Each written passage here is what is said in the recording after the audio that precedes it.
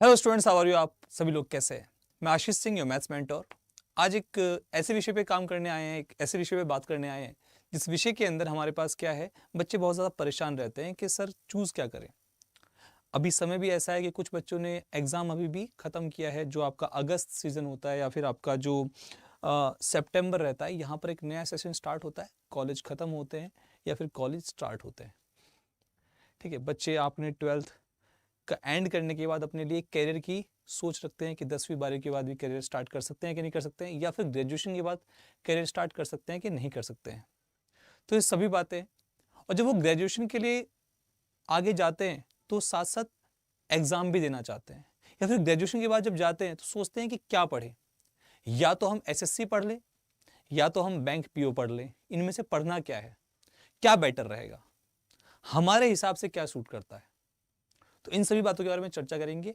ये नहीं बताएंगे कि बेटर क्या है, ये बताएंगे कि आपके लिए ज़रूरी क्या है, आपके हिसाब से क्या रहेगा सही। क्या वो आपके लिए एसएससी सही रहेगा या फिर आपके लिए बैंक सही रहेगा। ठीक है, तो इसी बात में चर्चा करते हैं। क्या क्या इनकी अपॉर्चुनिटीज़ रहती हैं, क्या क्या इनकी सैलरी रहती हैं, क्या इनकी एग्ज़ाम्स कैसे होते हैं, एग्ज़ाम का पैटर्न क्या होता है, आपके हिसाब से क्या सही रहेगा। कोई बायसनेस नहीं रहेगी। ऐसा नहीं कि बस बिल्कुल एसएससी ही करना है। अगर एसएससी चैनल पे आप ये देख रहे हैं, या फिर सिर्फ बैंक की ही प्रिपरेशन करनी है, अगर आप बैंक के लिए सोचते हैं, या फिर घर में कोई बैंक वाला है तो बैंक की तरफ चले गए, घर में कोई एसएससी वाला है तो एसएससी की तरफ चले गए। नहीं, आपको अपने हिसाब से देखना है, आपको क्या बेटर लगता है। तो ये चर्चा करते हैं इस बारे में कि आपके लिए क्या सही रहेगा। आइए स्टार्ट करते हैं। सबसे पहली बात, आपके पास दो टाइप के एग्जामिनेशन, ये एसएससी है और ये आपके पास बैंक है। मैं पहले ये बता देता हूं कि यहां पर एग्जाम कौन कौन से होते हैं, क्योंकि स्टार्ट करने से पहले आपको ये पता होना चाहिए कि एग्जाम कौन कौन से होते हैं। ये नहीं कि एग्जाम मतलब कुछ भी दे दिया, तो एग्जाम आपको पता होना चाहिए कौन कौन से होने चाहिए। जो एसएससी के एग्जाम्स हैं, जो फेमस एग्जाम्स आपने भी सुने होंगे, गाहे बगाए आपके सामने आ ही गए होंगे। जैसे कि आपके पास एसएससी सीजीएल का एग्जाम काफी फेमस एग्जाम है, काफी फेमस एग्जाम है। कंबाइंड ग्रेजुएट लेवल, जहां पर ग्रेजुएशन चाहिए होती है, जहां पर ग्रेजुएशन चाहिए होती है। एक और ऐसा एग्जाम है सीजीएल का, जहां पर एसएससी का, जहां पर ग्रेजुएशन चाहिए होती है, वो है सीपीओ। सीपीओ हमारे पास combined graduate central police officer जो रहते हैं हमारे पास, यहां पर आप दोनों जगह ग्रेजुएशन आपको मस्ट है। इसके बाद जो एग्जाम समझ में आता है वो सीएचएल का आता है, जो कि एक 12वीं के बाद का बच्चा भी दे सकता है। मैंने आपको कहा था ना कि ग्रेजुएशन के बाद भी हमारे पास चांसेस बनते हैं, पर वो सिर्फ और सिर्फ एसएससी में बनते हैं, बैंक में नहीं बन पाते, क्योंकि बैंक में एक बहुत ही बेसिक सी रिक्वायरमेंट है ग्रेजुएशन। तो graduation is must there. But हाँ, यहां पर आपके पास क्या है, यहां पर आपके लिए सीपीओ, सीएचएसएल, इसके अलावा आपके पास जैसे कि एमटीएस का एग्जाम होता है, आप 10वीं के बाद दे सकते हो। आप स्टेनो का एग्जाम होता है, ठीक है, स्टेनोग्राफी आया हुआ है ये एग्जाम। और इसके अलावा आपके पास जीडी का एग्जाम होता है। ये सारे सारे एग्जामिनेशन इसके अंदर होते हैं। और इनके आप अलग से, आप एसएससी क्या करता है, एक बार ही एग्जाम के लिए कैलेंडर निकाल देता है कि ये एग्जाम्स है। इनकी अच्छी बात क्या है कि जो बच्चा SSC CGL CPU after graduation, जो बच्चा तैयारी कर रहा है, चाहे वो सीजीएल की कर रहा हो, सीपीयू की कर रहा हो, इनमें से किसी भी एग्जाम की कर रहा हो, उसके लिए एक फायदा बन जाता है रेलवे के एग्जामिनेशन में, या फिर जो वनडे एग्जामिनेशन आते हैं, जैसे कि AA का, airport authority of India, RRB NTPC, RRB ALP. तो रेलवे वाले या ये जो दूसरे एग्जामिनेशन होते हैं, वहां पर पैटर्न लगभग लगभग सेम ही रहता है। इस एग्जाम में बताऊंगा पैटर्न क्या रहता है, वो भी आपके साथ डिस्कस करेंगे। यहां पर बैंक में थोड़ा सा इससे हल्का सा अलग, इसके अंदर आपके पास एग्जाम्स बहुत सारे हैं। यहां पर ये वन टाइम एग्जाम है, वन टाइम एग्जाम है, एक साल में एक ही बार आता है ये एग्जाम, एक साल में एक ही बार आता है एग्जाम। बैंक में आपके पास जैसे कि एसबीआई पीओ है, एसबीआई क्लर्क है, अभी से थोड़े दिन पहले इसकी वो भी आई थी, वैकेंसीज भी आई थी। एसबीआई क्लर्क है, आईपीएस पीओ है, आईबीपीएस पीओ है, आईपीएस क्लर्क है। हमारे पास यहां पर आरआरबी पीओ है, आरआरबी क्लर्क है।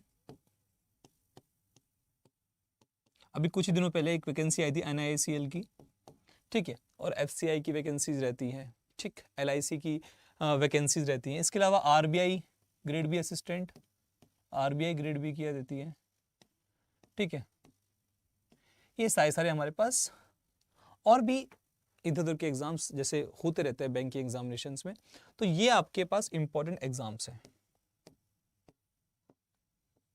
अभी असिस्टेंट की भी पोस्ट निकली हुई है तो बैंकिंग के अंदर, तो वो भी हमारे पास है।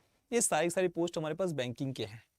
बैंकिंग में नंबर ऑफ एग्जाम्स 8 से ऊपर हो जाते हैं, 8 या 8 से ऊपर बैंकिंग एग्जाम्स, और सारे के सारे आपको रिक्वायर करते हैं ग्रेजुएशन।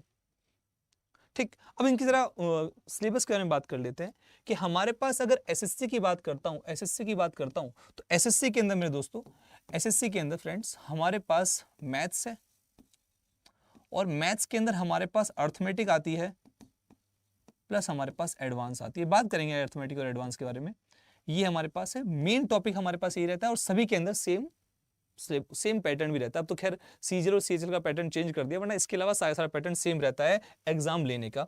इसके अलावा इंग्लिश रहती है, इंग्लिश लैंग्वेज है हमारे पास, ठीक है। इसके अलावा हमारे पास रीजनिंग है, जिसे मेंटल एबिलिटी भी बोलते हैं, रीजनिंग है हमारे पास, ठीक है। कहीं कहीं ये मैथ्स न्यूमेरिकल एबिलिटी लिख के भी आ जाता है। इसके अलावा हमारे पास जीके जीएस है, जिसके अंदर स्टैटिक और डायनेमिक दोनों की दोनों आ जाती है। यहां पर हमारे पास, यहां पर इस वाले पार्ट के अंदर बैंकिंग के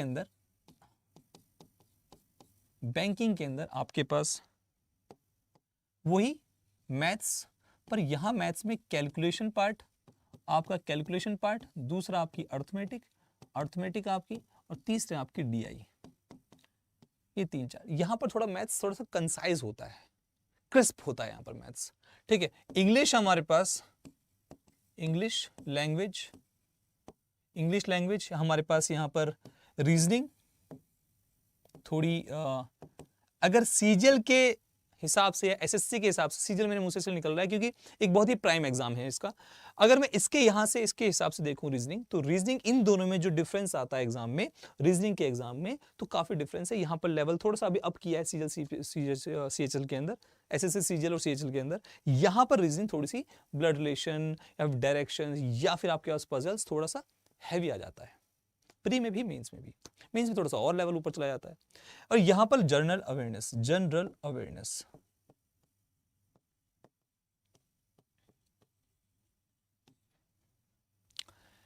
ये तो कोई डिफरेंस है यहां पर आपको अर्थमेटिक और एडवांस पढ़नी है।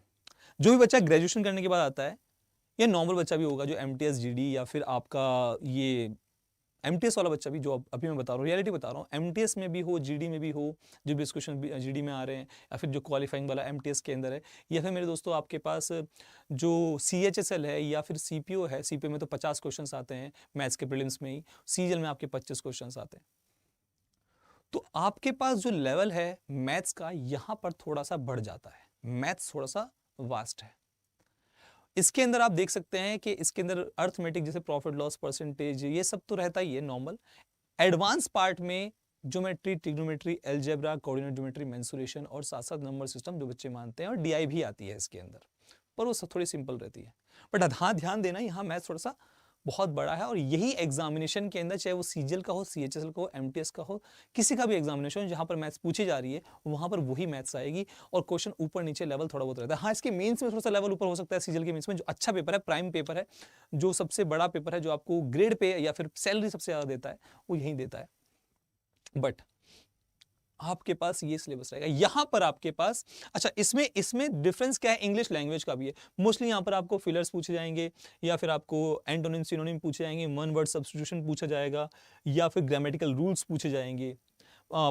जंबल भी आ जाता है कभी कभी, जो सेंटेंसेस होते हैं, दो आपके पास वो आ जाते हैं, 2 या 3 आपके पास कॉम्प्रिहेंशन आ जाते हैं, जहां से आपके ऊपर क्वेश्चंस पूछे जाते हैं। ईजी रहता है इंग्लिश लैंग्वेज का, जो हमारे पास एक प्रारूप है, जो रूप है, वो इससे बैंकिंग में जो इंग्लिश आती है उससे थोड़ा सा लेवल कम रहता है।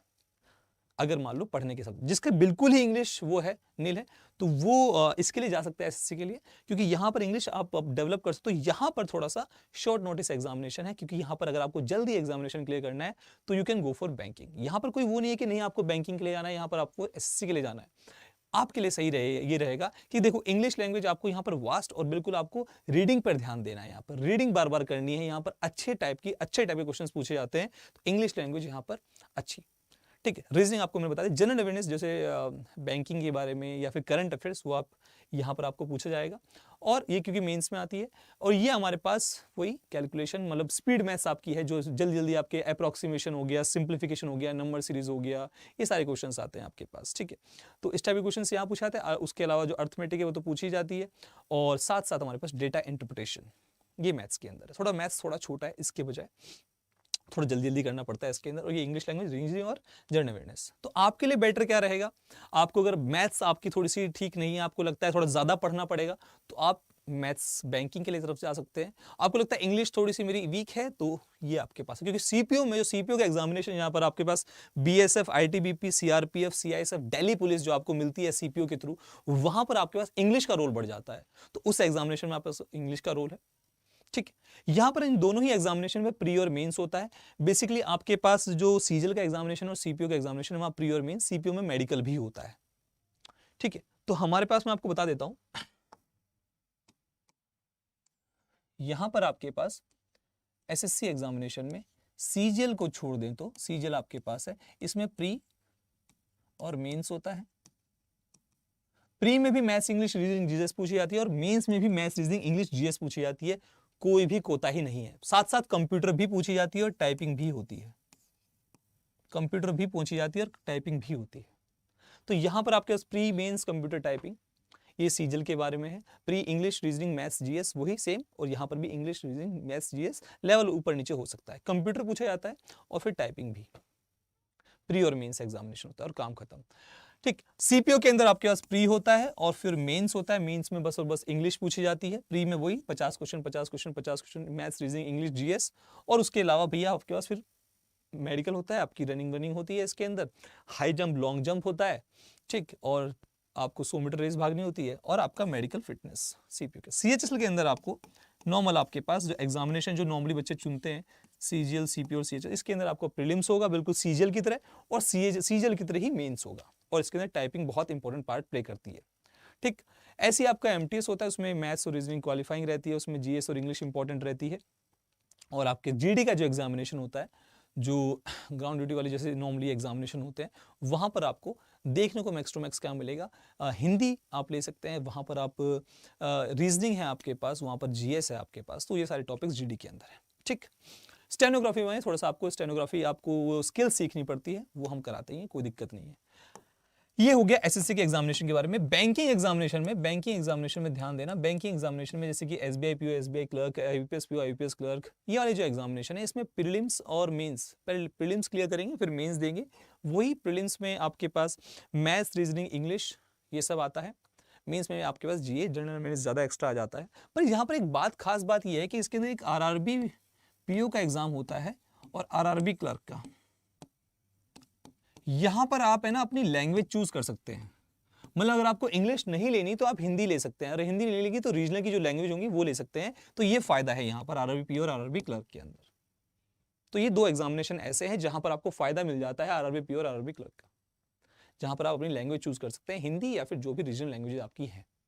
अब ध्यान देना, जो मैक्स आपके पास फ्रीक्वेंसी रहती है, फ्रीक्वेंसी एसएससी एग्जाम्स की लेस रहती है, थोड़ी कम रहती है, साल में एक बार ही आता है। यहां पर फ्रीक्वेंसी बैंकिंग एग्जामिनेशन में थोड़ी ज्यादा रहती है, लिटिल मोर, थोड़े एग्जाम्स ज्यादा हो जाते हैं तो बच्चे को थोड़ी सी ज्यादा, मतलब अगर बच्चा कोई एसएससी करना चाहता है और वो स्टार्टिंग से ही सोच रहा है 12वीं के बाद से ही, तो जस्ट गो फॉर एसएससी के लिए जा सकता है वो, नो बायसनेस। यहां पर आपके पास मैथ्स, अपने इंग्लिश, रीजनिंग, जीएस, उसे जीएस और मैथ्स और इंग्लिश को अच्छा करने का मौका मिलता है, टाइम होता है, तो यहां पर वो जा सकता है एसएससी के अंदर।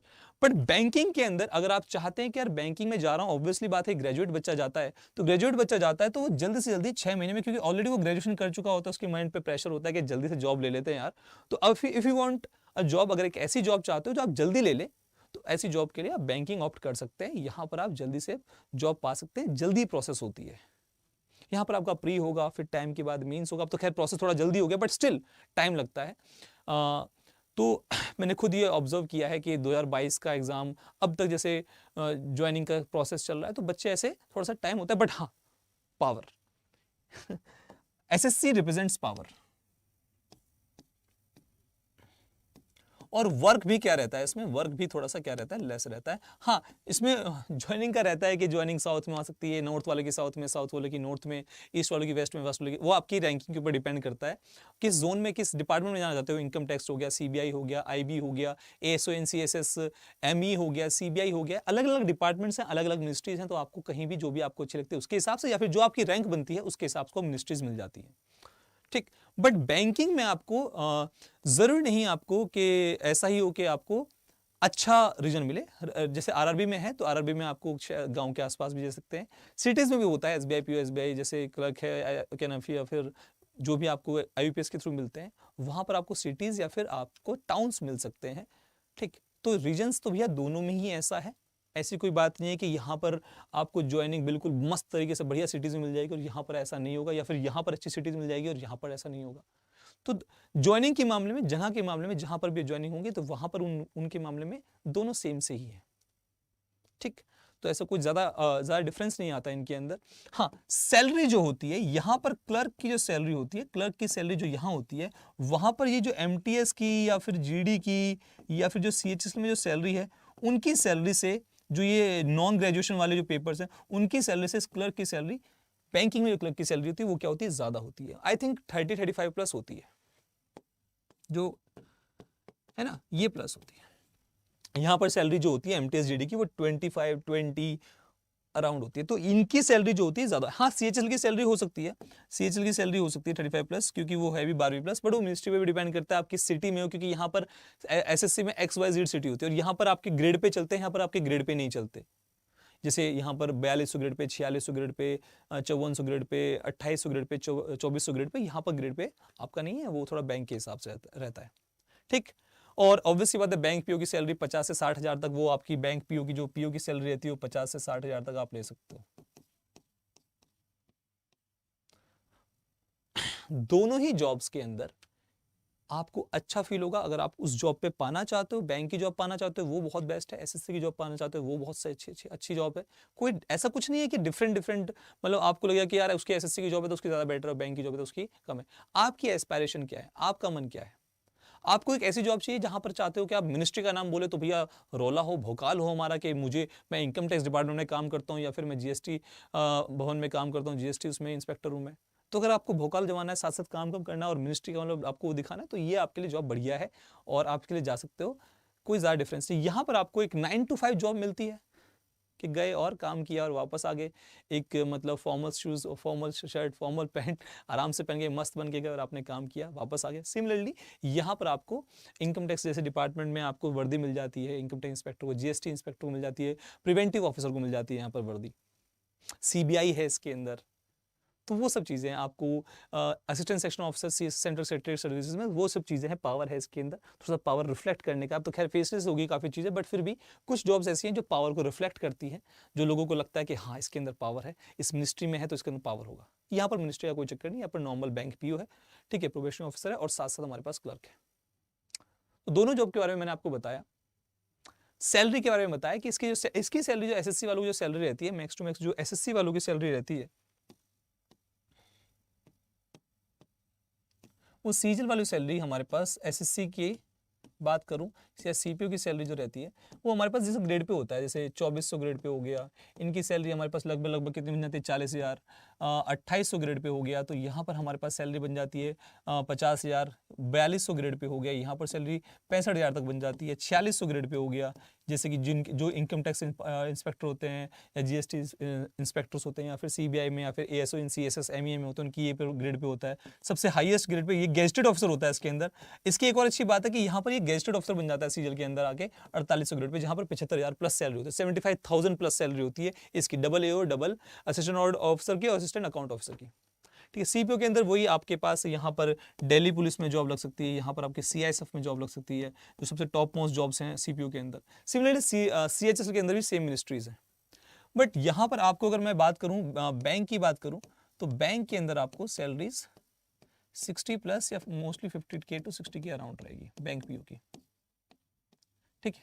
बट ये है कि एक अच्छा एनवायरनमेंट, एक अच्छा वर्क कल्चर, वो भी इंपॉर्टेंट होता है। तो यहाँ पर आपके पास वर्क इन्वायरमेंट, देखो वर्क इन्वायरमेंट यहाँ पर आपको कैसा मिलेगा, क्योंकि आपको दूसरे गांव में, दूसरे स्टेट में जाना पड़ सकता है, नॉर्थ से साउथ में जाना पड़ सकता है, ईस्ट से वेस्ट में जाना पड़ सकता है, तो बच्चों को थोड़ा दिक्कत होती है। यहाँ पर आप आसपास ले सकते हो, एक स्टेट के आसपास आपको जॉब मिल जाती है, ठीक है।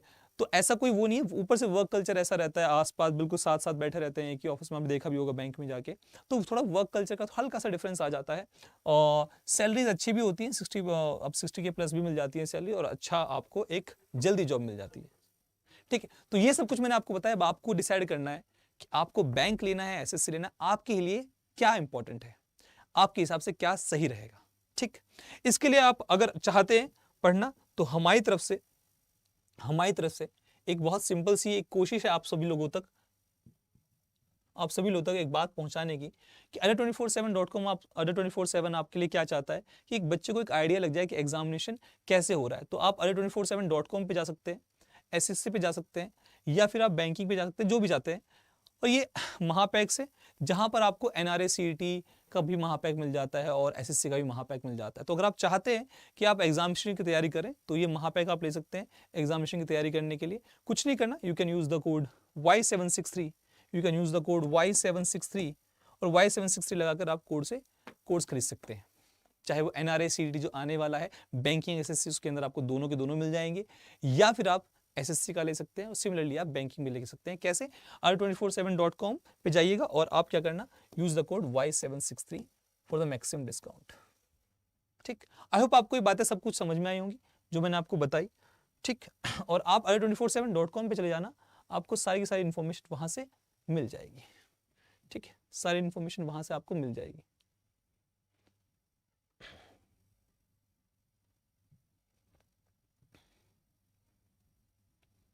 ठीक, तो आप यहां जाना, और एसएससी चूज करना हो या फिर आपको बैंक चूज करना हो, चूज वाइजली। आपके जो स्ट्रॉन्ग पॉइंट्स है, आपको जो सही लगता है उसके हिसाब से चूज कीजिएगा। आई होप आपका एग्जाम जल्दी से क्लियर हो, ठीक। तो आज के इतना ही रखते हैं। आई होप आपको इन्फॉर्मेशन अच्छी लगी होगी और आगे जाके आपसे यूज भी करेंगे। धन्यवाद, टेक केयर, जय हिंद, जय भारत।